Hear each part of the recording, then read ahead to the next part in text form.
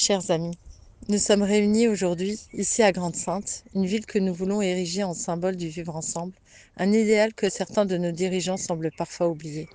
Cet esprit de concorde, nous l'avons vu à Maubeuge, où l'imam de la mosquée Fatah et le prêtre de l'église ont élevé ensemble une parole de paix. Ces moments nous rappellent une vérité simple. Le vivre ensemble est à notre portée, il suffit de le vouloir.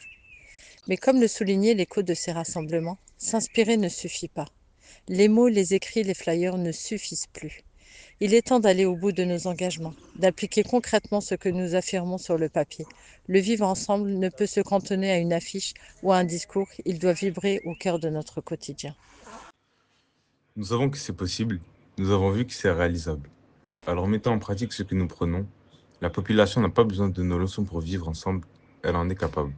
Ne nous perdons pas dans des causes perdues d'avance, mais militons pour l'avenir de notre société, en bâtisseurs d'unité et non en artisans de division.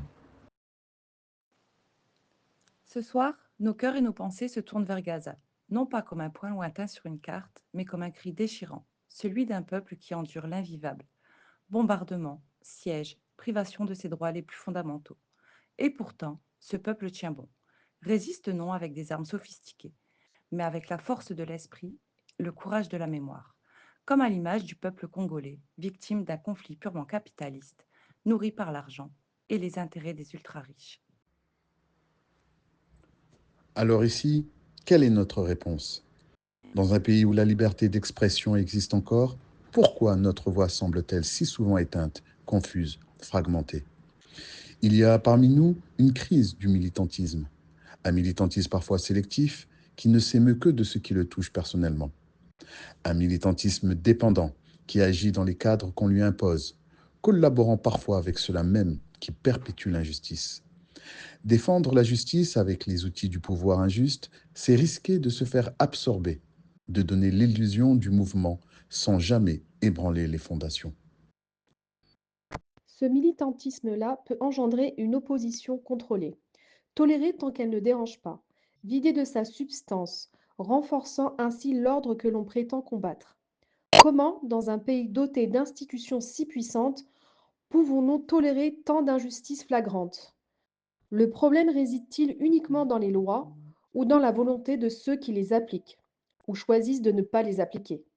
Et pendant ce temps, le peuple s'éloigne, laissant le champ libre à l'extrême droite et à ses idées néfastes, notamment l'islamophobie, dont Abou Bakr, ce fidèle récemment assassiné dans une mosquée, a été victime. C'est dans ce climat de haine et de division que Jamel a également été assassiné, par la haine qu'elle propage. Ce n'est pas un hasard si tant de citoyens ont le sentiment que leur voix ne compte pas. C'est une stratégie pour gouverner sans contradiction. Mais une autre voie est possible, une voie qui passe par un militantisme indépendant, ancré dans des actions populaires. Ce sont ces gestes, ces constructions autonomes qui peuvent raviver l'engagement. Un peuple engagé contraint le politique à assumer ses responsabilités, à tenir ses promesses. Alors là, la peur change de camp. Ne nous demandons plus ce qu'on attend de nous, mais ce que nous attendons de nous-mêmes. Nous sommes là, nous sommes partie intégrante de cette nation, sans avoir à la prouver chaque jour. Ce n'est pas à nous de quémander l'intention, c'est à eux qui nous gouvernent de venir à notre rencontre.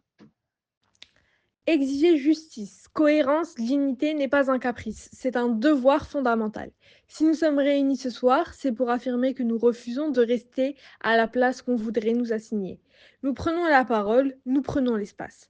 Parce que face à l'injustice et à la souffrance, le silence n'est plus une option.